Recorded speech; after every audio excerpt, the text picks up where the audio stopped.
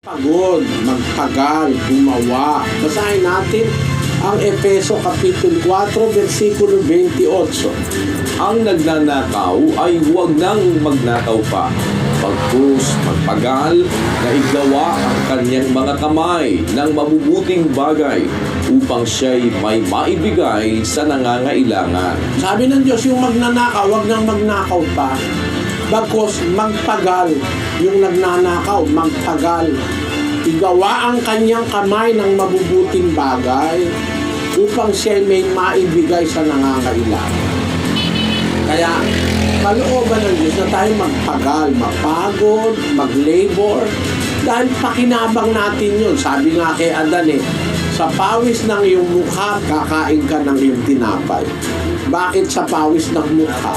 Ibig sabihin kasi ang tao, ang maraming lugar pinapawisan Minsan, mas madalas pawisan yung kilikili, yung singit, yung iba-ibang parte ng katawan. Pero pagka pinawisan na yung mukha mo, ibig sabihin talagang nagle-labor ka na nun. Mahirap na trabaho ang ginagawa mo pagka pinapawisan na yung noo mo, yung mukha mo. So ang kalooban ng Diyos sa atin, yung tayo ay ma-exercise, mapagod, para tayo manatiling malusog. Habang napapagod kasi, habang ginagamit natin ang ating muscles, lalong nagiging malusog yung ating katawan, yung ating buto, yung ating sistema sirkular, yung ating circulation, yung ating isip, nagiging A healthy mind needs a healthy body. And a healthy body is a body that is in mobility, in constant exercise, etc. So, kalooban ng Diyos yun. Tayo mapagod. Pero yung kahirapan na sinasabi mo, mahirap ba ang domestic helper, kapatid? Basta't ikaw ay kumikita ng pera, nawawala naman yung hirap na yun Lalo na kung nagagamit sa mabuti yung kinikita mo, para sa pamilya. Kaya lang, hindi ko gusto yung nangyayari sa Pilipino dahil aalis ng Pilipinas, pupunta na ibang bansa, tapos pagka nakakita ng ibang babae ron, kakalimutan yung pamilya, iwanan na yung asawa at mga anak, nagkalunyaan na sila, nagbabaihan na sila ron. Yun ang masama lang. Pero yung nahirapan ka dahil pumasok ka ng trabaho, ako napakarai ko ng hirap na sinuong sa buhay, kapatid. Maipakikita ko lang sa iyo yung aking kamay. Yung aking kamay ang saksi na ako maraming kahirapang dinaanan sa buhay. Nung ako'y nag-uumpisang mangaral ng Ebanghelyo, wala naman kasi akong pera, wala naman akong sweldo. Hindi naman ako nangaral na nagministro dahil sa pera. Naghahanap buhay ako, kasabay ng pangangaral, naghahanap buhay ako. Nagtitinda-tinda kami ng mga kung ano-ano kakanin. Kaya kami nakaraos ng pangangaral doon sa Guagua sa awa ng Panginoon. Nagtitinda-tinda kami. Alas 4 pa lang ng madaling araw, namimili na kami sa palengke. Tapos naghahanda na kami ng aming titinda para alas 8 meron na kaming merienda. Naglagay din ako ng restaurant. Marami akong hirap na dinaanan. At ang sabi naman ng pangako ng Diyos doon sa aklat ng Panagpoy, ganito ang ating mababasa sa Panagpoy, Kapitulo 3, versikulo 27. Mabuti nga sa tao na magpasa ng pamatok sa kaniyang kabataan. Maupo siyang mag-isa at tumahimik sapagkat kaniyang iniatang sa kanya. Sumubsob siya sa alabok, kung gayoy magkakaroon siya ng pag-asa. Mabuti sa tao, sabi ng salita ng Diyos, na magpasa ng pamatok, mahirapan, mabigatan, samantalang siya sa kanyang kabataan. Sabi, sumubsob siya sa alabok, kung gayoy magkakaroon siya ng pag-asa. So pagka nahihirapan ka sa kabataan mo, pagka tumanda ka na magkakapag-asa ka. Yung pagkabata ka, wala ka namang naranasang kahirapan. Sabi nga ni Balagtas, ano sabi niya?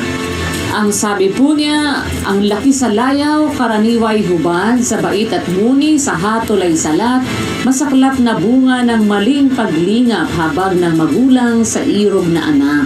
Ang laki sa layaw, karaniway hubad, sa bait at ngunit sa hatol ay salat. Parang Sis Luz?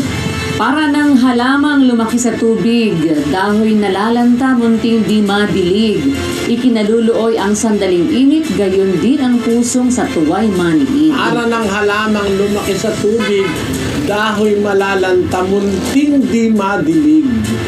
Ikinaluluoy ang sandaling init, gayon din ang puso sa tuway maniig. Kaya, pagka napapagod ka, nakikinabang ang katawan mo, kapatid. Huwag ka mag-alala, yung hirap na yan, matatapos din yan. Pag namatay tayo, tapos na yung hirap eh. Maganda, bago tayo mamatay, nakasunod tayo sa Diyos. Dahil meron siyang pangako na isang buhay na wala ng hirap, wala ng etc. 21 ng Apokalipsis, versikulo 4. At papahirin niya ang bawat luha sa kanilang mga mata. At hindi na magkakaroon ng kamatayan, hindi na magkakaroon pa ng dalamhati, o ng pananambitan man, o ng hirap pa man. Ang mga bagay ng una ay naparang na. Aalisin na ng Diyos yan pag naging dapat tayo sa Diyos. Mawawala na yung mga hirap na yung naranasan natin dito. Kaya tiis lang, kapatid.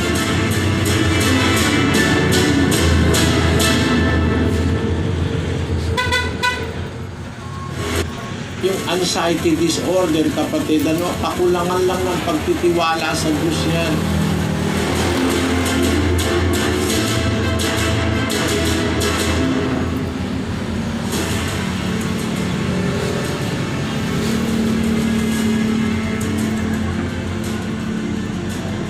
Ako, paniwala ko, Christians should not have that kind of sickness or disease.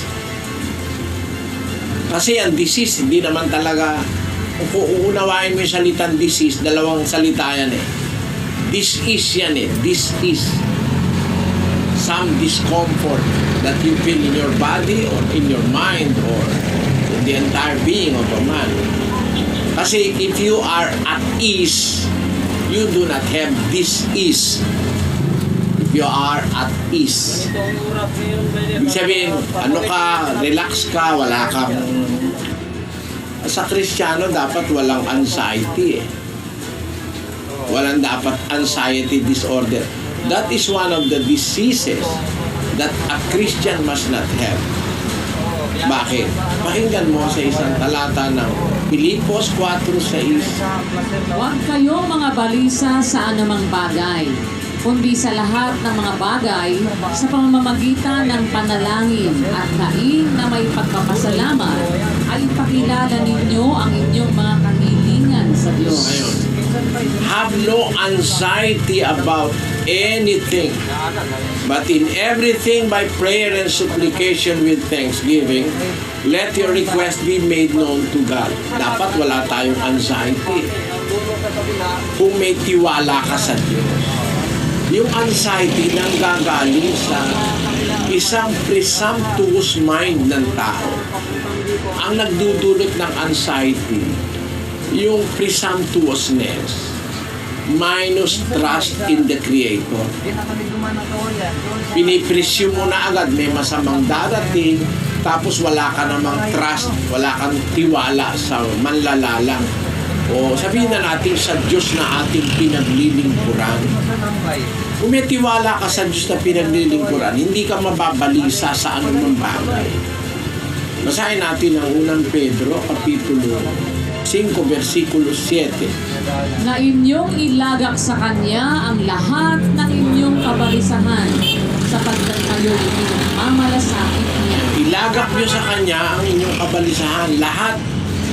Kung ano man nakakabalisa sa'yo, pera, buhay, sakit, nararamdaman sa katawan.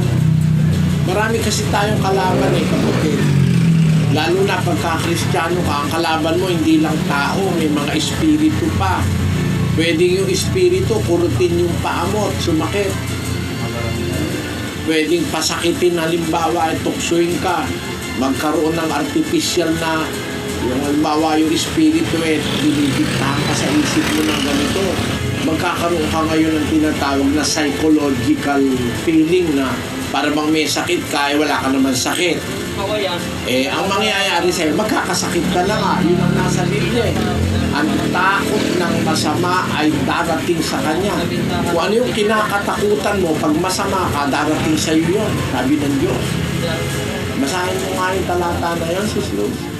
Gis 24. Ang takot ng masama ay darating sa kanya, at ang nasa ng matuwid ay ipagkakaloob. Kita mo, yung takot mo, pag masama ka, dadating sa iyo yun. Natatakot ka kasi pinatakot ka ng demonyo na pakiramdam mo, meron kang ganon, meron kang ganire. Hindi naman reality. Ang masasamang espiritu, kalaban natin yan para alisin yung tiwala natin sa Diyos. Pero kung meron kang pagtitiwala sa Diyos, na siya ang bahala sa iyo, na mamatay ka man yun ang the best. Kasi alam naman ng Diyos kung kailan kanya kukunin, kung kailan niya hindi pa kukunin kung may tiwala ka sa Diyos, sabi ni Pedro, ilagak mo sa Diyos ang lahat ng iyong kabalisahan sapagkat kayo'y ipinagmamalasakit niya. Yun ang nasa Biblia. Ako yun nga ang lagi kong iniisip pag nakakaramdam ako ng masakit yung masakit yung siko, masakit yung tuhod, masakit yung likod, pangalay na, pagka matagal na ako nakaupo. Kagaya halimbawa pag nag-e-exposition kami, 4 na oras at kalahati, nakaupo ako.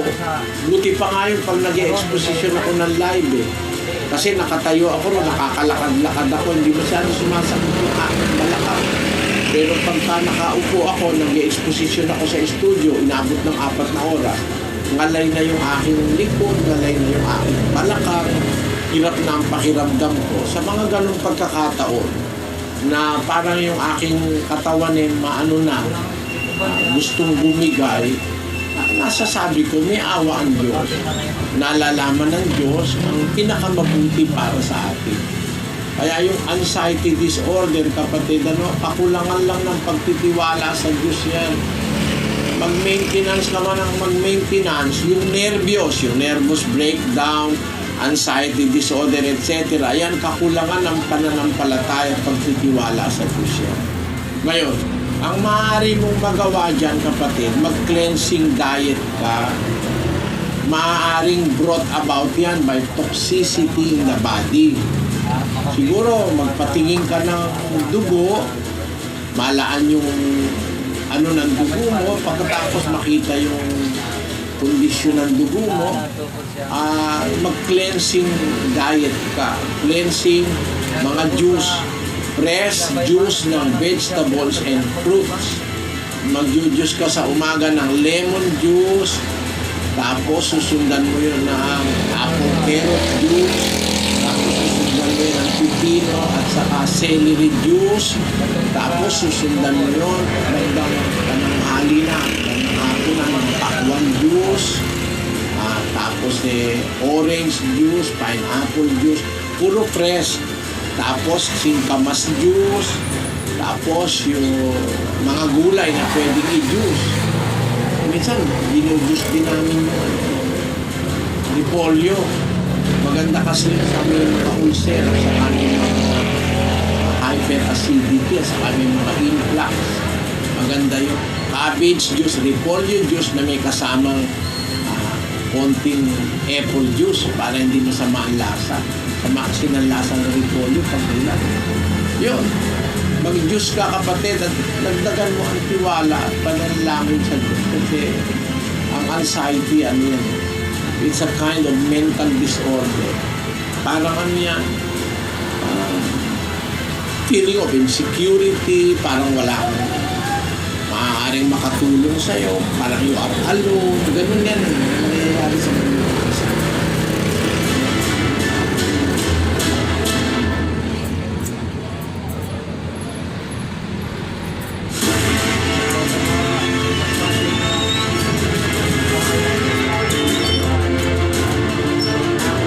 Yung tao, kung minsan, hindi naman siya ang gumagawa. Ang gumagawa, ang mga demonyo, Satanas, yung mga demonyo, masasamang espiritu, na kuminsan umi-impluensya sa tao. Pagka doon ka napuot sa gawang masama, ang kinapupuotan mo ron yung diablo at saka yung mga demonyo.